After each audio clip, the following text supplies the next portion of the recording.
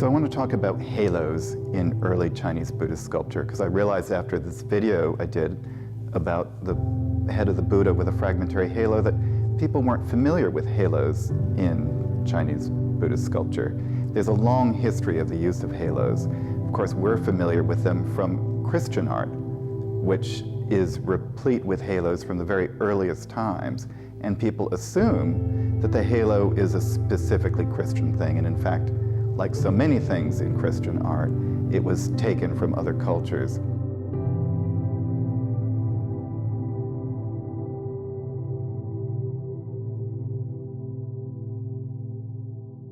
But in fact, the halo has very ancient origins.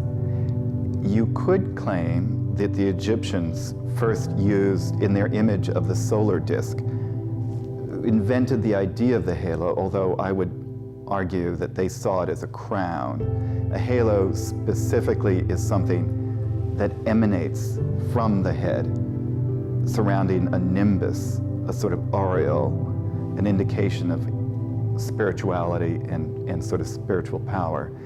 The earliest depictions of a real halo come in images of Helios, the god of the sun, in Greek art, and you'll see that in coins and in sculpture. In India, the halo appears in the earliest representations of the Buddha from the 2nd, 3rd century AD in Mathura and in Gandhara.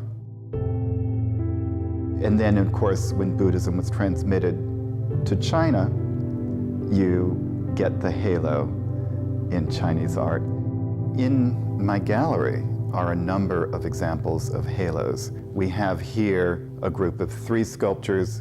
This one is Gandharan, which is 2nd, 3rd century AD from India.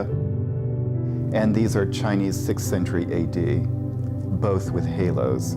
And then here we have another Buddha with a fragmentary halo, and yet a bodhisattva.